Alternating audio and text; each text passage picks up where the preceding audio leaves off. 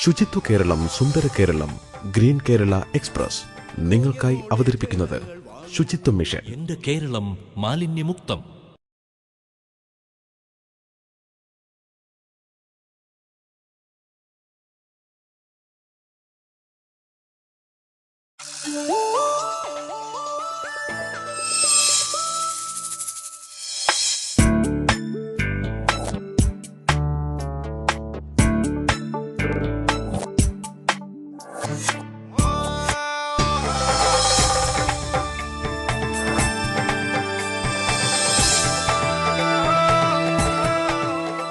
നമസ്കാരം. ഗ്രീൻ കേരള എക്സ്പ്രസിലേക്ക് എല്ലാ പ്രേക്ഷകർക്കും സ്വാഗതം. 4736 ഇത് SMS അയക്കാനുള്ള നമ്പറൊന്നും അല്ല കേട്ടോ. 1978 പാറ്റന്റ് ചെയ്യപ്പെട്ട ഒരിനം എലിയുടെ പാറ്റന്റ് നമ്പറാണ്. അമേരിക്കയിലാണ് ആദ്യമായി ജൈവ വസ്തുക്കൾ പാറ്റന്റ് ചെയ്യാനുള്ള നീക്കങ്ങൾ ആരംഭിച്ചത്. 1930 മുതൽ പൂക്കളും പഴവർഗ്ഗങ്ങളുമൊക്കെ പാറ്റന്റ് ചെയ്തു തുടങ്ങി.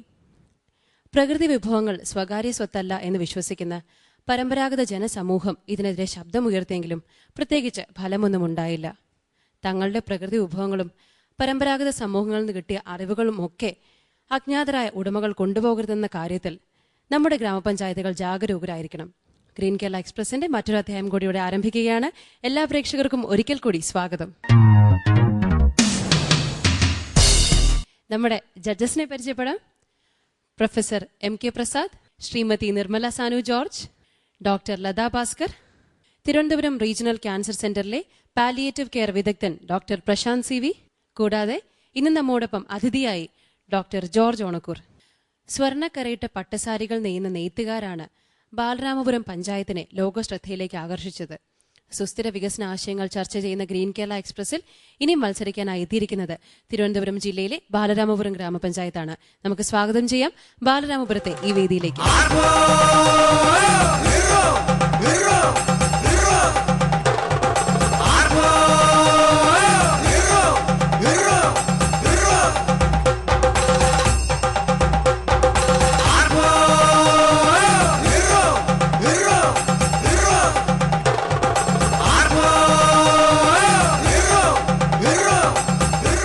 ബാലരാമപുരം ഗ്രാമപഞ്ചായത്തിന്റെ പ്രതിനിധികൾ: panchayat president Shri Parakkuzhi Surendran, member Shrimati Shailaja Devi, member Shrimati Shaji Kumari, member Shrimati Shamila BV, CDS chairperson Shrimati RS Vasanthakumari, കൂടാതെ മെമ്പർ ശ്രീ കൽപ്പടി കണ്ണൻ. ഞാൻ നേരത്തെ സൂചിപ്പിച്ചതുപോലെ കൈത്തറിക്കൊക്കെ വളരെ പേരുകെട്ട സ്ഥലമാണ് ബാലരാമപുരം.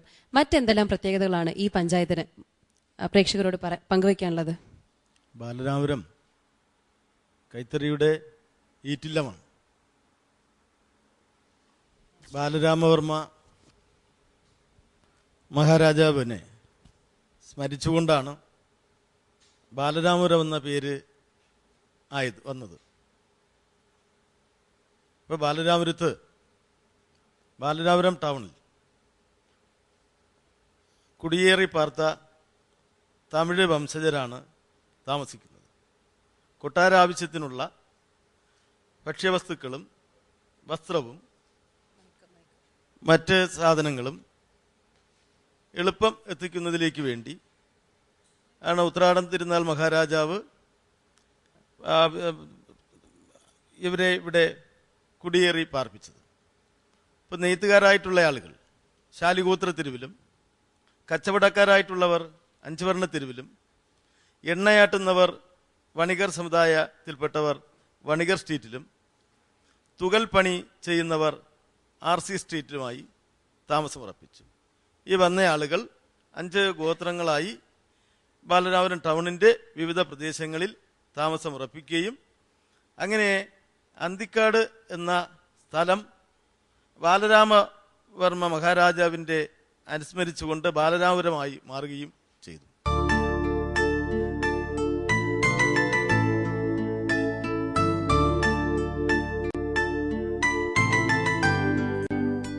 തമിഴ് ജനത കുടിയേറിപ്പാർത്ത നാടാണ് ബാലരാമപുരം ഗ്രാമപഞ്ചായത്ത്. അന്തിക്കാടെന്നായിരുന്നു ഈ ഗ്രാമത്തിന്റെ ആദ്യ പേര്. തിരുവിതാംകൂർ മഹാരാജാവ് ബാലരാമപുരത്ത് പല ആവശ്യങ്ങൾക്കായിട്ട് 5 ഗോത്രങ്ങളെ ഇവിടെ കൊണ്ടുവരികയുണ്ടായി. എന്നിട്ട് അവർക്ക് താമസിക്കാൻ വേണ്ടിയിട്ട് കുറേ സ്ഥലം അങ്ങ് പതിച്ച് നൽകുകയും ചെയ്തു. പിന്നീട് കാലാന്തരത്തിൽ ഈ സ്ഥലങ്ങൾ ആ ഗോത്രത്തിൻ്റെ പേരിൽ തന്നെയുള്ള തെരുവായി അറിയപ്പെട്ടു. ഇത് ശാലീഗോത്ര തെരുവാണ്. ഇവിടെയാണ് നെയ്ത്തുകാർ താമസിക്കുന്നത്. താരിചുറ്റൽ, പാവോട്ടം, പാവുണക്കൽ തുടങ്ങിയ പല പ്രക്രിയകളിലൂടെയാണ് കൈത്തറി വസ്ത്രങ്ങൾ നെയ്തെടുക്കുന്നത്.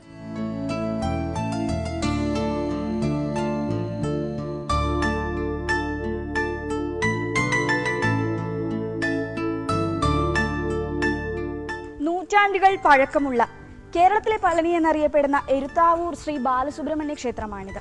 239 പടികൾ കയറി വേണം ഈ ക്ഷേത്രത്തിലെത്താൻ.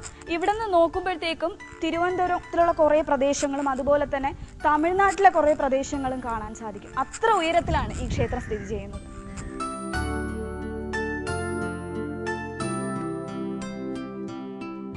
ബാലരാമപുരം ഗ്രാമപഞ്ചായത്ത് മുന്നോട്ട് വയ്ക്കുന്ന ഏറ്റവും പ്രധാനപ്പെട്ട സുസ്ഥിര വികസന പദ്ധതികൾ എന്തൊക്കെയാണ്? ബാലരാമപുരം ഗ്രാമപഞ്ചായത്ത്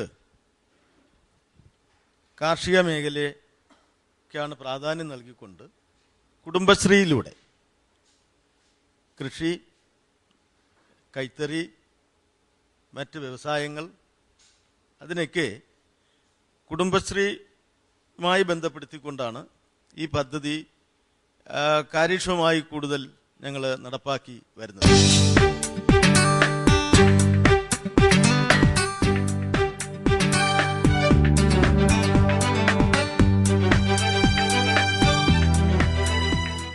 വിപുലമായ രീതിയിൽ പ്രവർത്തനങ്ങൾ നടത്തുന്ന 200ഓളം കുടുംബശ്രീ യൂണിറ്റുകളാണ് ഈ ഗ്രാമപഞ്ചായത്തിലുള്ളത്. ഗ്രാമത്തിലെ പച്ചക്കറിയുടെ ക്ഷാമം മൂലമാണ് അവർ പച്ചക്കറി കൃഷിക്ക് മുൻതൂക്കം നൽകിയിരിക്കുന്നത്. ഇത് രാജലക്ഷ്മി ചേച്ചിയുടെ വീടാണ്. ഇവിടെ ക്യാബേജ് കൃഷിയുണ്ട്. അതിന്റെ വിളവെടുപ്പൊക്കെ ഏകദേശം കഴിഞ്ഞു. ഇനി എന്നാലും കുറച്ചുകൂടെ ബാക്കിയുണ്ട്. നമ്മുടെ നാട്ടിലും ക്യാബേജ് കൃഷിയൊക്കെ ഉണ്ടാവുമോ എന്നുള്ളത് നമുക്ക് അറിയണ്ടേ? നമുക്കൊന്ന് കണ്ടു നോക്കാം. ചേച്ചി, ഞാൻ ഗ്രീൻ കേരള എക്സ്പ്രസ്സിൽ നിന്ന് വരുവാണേ. ചേച്ചിയുടെ ക്യാബേജ് കൃഷി കാണാനായിട്ടാണ് വന്നത്. എത്ര വർഷമായി ചേച്ചി ക്യാബേജ് കൃഷി തുടങ്ങിയിട്ട്? ഒരു വർഷത്തോളമായി അല്ലേ? അതിന്റെ എത്ര സെന്റ് സ്ഥലത്താണ് കൃഷി നടക്കുന്നത്?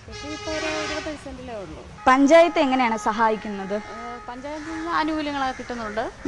ഇൻസെന്റീവ് ഇപ്പം തന്നെ വാഴ കൃഷിക്ക് കിട്ടിയിട്ടുണ്ട്. ചേച്ചി, ഇതിന്റെ കൃഷി രീതിയൊക്കെ എങ്ങനെയാ? കൃഷി വിത്ത് മുളപ്പിച്ചെടുത്തതിന് ശേഷം 1 മാസം പ്രായമായ തൈകൾ 15 സെന്റിമീറ്റർ അകലത്തിൽ നടുക. പ്രത്യേകിച്ച് വേറെ എന്തെങ്കിലും വളം ഈ നമ്മുടെ കാലാവസ്ഥയ്ക്ക് ചേർന്ന ഒരു ചെടിയല്ലല്ലോ. നമ്മളിപ്പോൾ വളം കൊടുക്കുന്നതല്ല, അതായത് ഇത്തിരി തണലൂടെ വേണം. തണുപ്പുള്ള സ്ഥലങ്ങളിലാണ് കൂടുതലുണ്ടാകുന്നത്. ഇവിടെ തണുപ്പില്ലല്ലോ. ബാലരാമപുരത്തിന്റെ സ്വന്തം ക്യാബേജ് ആണ്. ചേച്ചിയുടെ പേരെന്താ? ബിന്ദു. ഇവിടെ നിങ്ങൾ കുടുംബശ്രീ നടത്തുന്ന ഇതേ നിങ്ങളുടെ സ്വന്തം ഭൂമിയിലാണ്? ഭൂമിയല്ല, ഞങ്ങൾ പാട്ടത്തിന് എടുത്തിരിക്കുന്നതാണ്. ഞങ്ങൾ പാട്ട ഷീറ്റ് എഴുതി കൊടുത്ത് 1 വർഷത്തേക്ക് വാങ്ങും. വാങ്ങിയിട്ട് ഞങ്ങൾക്ക് ബാലരാമപുരം ഗ്രാമപഞ്ചായത്തുകാർ പാട്ട കൃഷിക്കായിട്ട് ലോൺ തന്നിട്ടുണ്ട്. അപ്പൊ അത് ഞങ്ങൾ കൃഷി ചെയ്യുന്നതാണ്. സംയുക്തമായിട്ട് കുടുംബശ്രീക്കാർ ചെയ്യുന്നത്. 2 കുടുംബശ്രീ യൂണിറ്റുകൾ ചേർന്ന് അല്ലേ? നിങ്ങൾ എത്ര പേരുണ്ട്? 30 അംഗങ്ങളുണ്ട് 2 കുടുംബശ്രീയിൽ.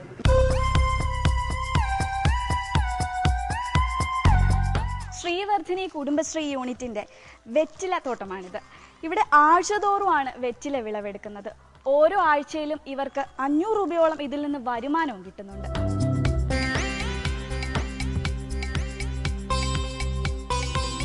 കുടുംബശ്രീ മിഷൻ ഇവിടുത്തെ ഗോകുലം സ്വയം സഹായ സംഘ കുടുംബശ്രീ യൂണിറ്റിന് 10,000 രൂപ കൃഷിക്ക് വേണ്ടിയിട്ട് ധനസഹായം നൽകിയായിരുന്നു.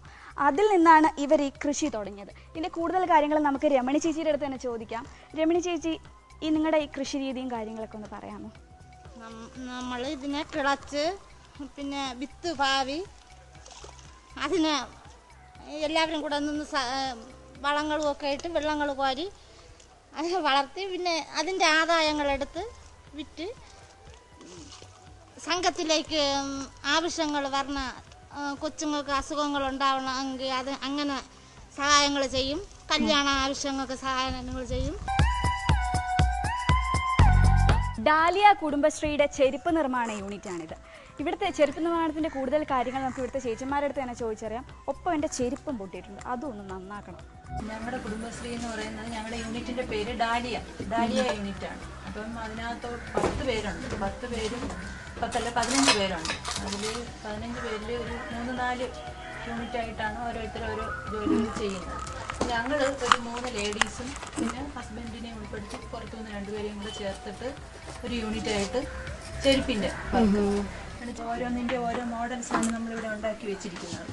അപ്പം നമ്മളിത് കൊണ്ടുപോകും, മോഡലായിട്ട് ഇത് കൊണ്ടുപോകും. ഇതിനൊക്കെ എന്താ വില എന്നുള്ളത് അവർ ചോദിച്ചിട്ട് നമ്മൾ പറയും, അതനുസരിച്ച് അവർ ഓർഡർ തരും. ചേച്ചി, നിങ്ങളുടെ ഈ യൂണിറ്റ് തുടങ്ങിയിട്ട് എത്ര വർഷമായി? 6 വർഷം കഴിഞ്ഞു. 6 വർഷമായി അല്ലേ?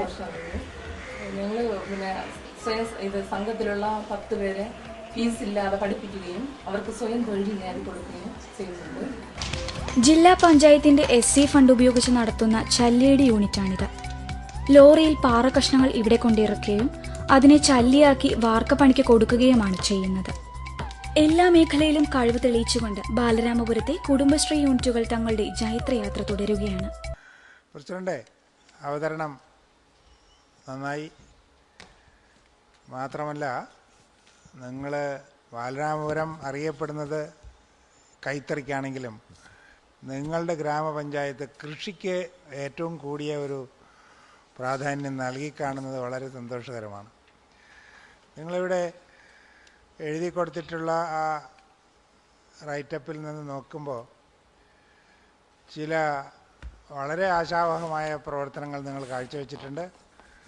കുടുംബശ്രീ 200 പേർ തൊഴിൽ സംരംഭകരായി മാറിയിട്ടുണ്ട്. അത് നല്ല കാര്യമാണ്.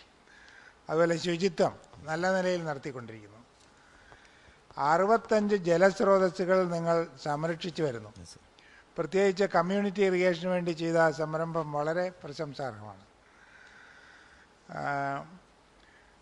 ശുചിത്വം ഇതിനു വേണ്ടിയിട്ട് നിങ്ങൾ മാലിന്യങ്ങൾ സംസ്കരിക്കുന്നതിന് അറവുശാലകളിൽ നിന്നുള്ള വേസ്റ്റ് ഉപയോഗിച്ചൊരു ബയോഗ്യാസ് പ്ലാന്റ് ഏർപ്പെടുത്തിയിരിക്കുന്നു.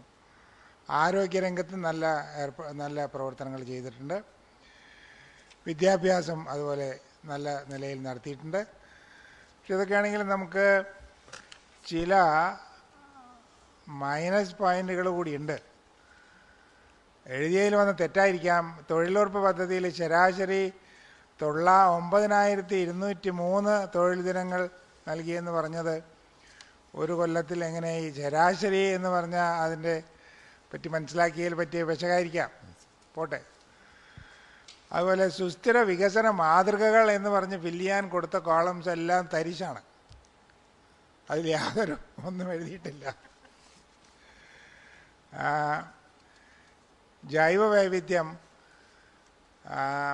ജൈവവൈവിധ്യ സംരക്ഷണ കമ്മിറ്റി ഉണ്ടാക്കിയിട്ടില്ല, രജിസ്റ്ററും ഉണ്ടാക്കിയിട്ടില്ല. അത് നിർബന്ധമായും ഇതിന് കമ്മിറ്റി ഉണ്ടാക്കണമെന്നും ഒരു ജൈവ വൈവിധ്യ രജിസ്റ്റർ നിർമ്മിക്കണമെന്നും ഗവൺമെൻറ്റിൻ്റെ പ്രത്യേക നിർദ്ദേശമുള്ളതാണ്. അത് ചെയ്യാൻ പറ്റണം. അതുപോലെ ഊർജരംഗത്ത് CFL ബൾബുകൾ അങ്ങനെയൊന്നും ഉണ്ടായി. ഊർജ്ജ മിഷനുമായി ബന്ധപ്പെട്ടുകൊണ്ട് തന്നെ സമ്പൂർണ്ണ ഊർജ്ജ സുരക്ഷാ പദ്ധതിയിൽ നിങ്ങളെ പഞ്ചായത്ത് അതിൽ ചേരുകയും അതിൻ്റെ മാപ്പിംഗ് ഒക്കെ തയ്യാറാക്കി എടുക്കുകയും ചെയ്തിട്ടുണ്ട്. അതുപോലെ അതുമായി ബന്ധപ്പെട്ട് കുറേയേറെ CFL കൊടുക്കുകയും ചെയ്തു. അതെയോ? കൊള്ളാം. അതിൻ്റെ പ്രവൃത്തി നടന്നു വരുന്നുണ്ട്. പക്ഷെ പ്രസിഡന്റിൻ്റെ ശ്രദ്ധ ചെല്ലാത്ത ഒരു രംഗം ഭവന നിർമ്മാണത്തെ പറ്റി വീടില്ലാത്തവരുടെ എണ്ണം അതിൽ പറഞ്ഞിട്ടില്ല. അതുകൊണ്ട് എല്ലാവർക്കും വീടുണ്ടെന്ന് വിശ്വസിക്കാനും വയ്യ. കാരണം ഇല്ല, ഞങ്ങളിപ്പോൾ EMS കഴിഞ്ഞ വർഷം വരെ പാർപ്പിട പദ്ധതിക്ക് ഒരു മുന്തിയ പരിഗണന ഞങ്ങൾ നൽകിയെങ്കിലും ഇതിനകത്ത് വന്നില്ല എന്നുള്ളതാണ്. കഴിഞ്ഞ 10 വർഷത്തിൽ ഞങ്ങളിപ്പോൾ ഈ ഭരണസമിതി അധികാരത്തിൽ വന്നതിന് ശേഷം IAY പദ്ധതി ഉപയോഗപ്പെടുത്തി. പിന്നെ വനിതാ ഘടക പദ്ധതിയിൽ തന്നെ വിധവകളായിട്ടുള്ള ആളുകൾക്ക് വീട് നിർമ്മിച്ച് നൽകുക എന്നുള്ള ഓരോ വർഷവും ഈ പ്രാവശ്യം തന്നെ EMS ഭവന നിർമ്മാണ പദ്ധതിയുടെ ഞങ്ങൾ വളരെ സ്ട്രിക്റ്റായി ഏറ്റവും അർഹതപ്പെട്ട ആളുകളെ നോക്കി എടുക്കുമ്പോൾ ഇതൊക്കെ ആണെങ്കിലും 360 ആളിനാണ് ഇപ്രാവശ്യം വീടിനെ തിരഞ്ഞെടുത്തത്, 100 പട്ടികജാതിക്കാർക്ക്. പക്ഷേ ഈ 100 പട്ടികജാതിക്കാർ എടുക്കുമ്പോൾ ഞങ്ങൾക്ക് പ്ലാൻ ഫണ്ടിൽ നിന്ന് അല്ലെങ്കിൽ ലോണോ എടുക്കേണ്ടി വരുന്നില്ല. IAOയുടെയും മറ്റിതൊക്കെ കൊണ്ട് പൂർത്തീകരിക്കാൻ മിക്കവാറും പട്ടികജാതി വിഭാഗക്കാരുടെ ഭവന നിർമ്മാണം ഒരു 6 വാർഡിൽ പൂർണ്ണമായി സമ്പൂർണ്ണമായി പൂർത്തീകരിച്ചു കഴിഞ്ഞു.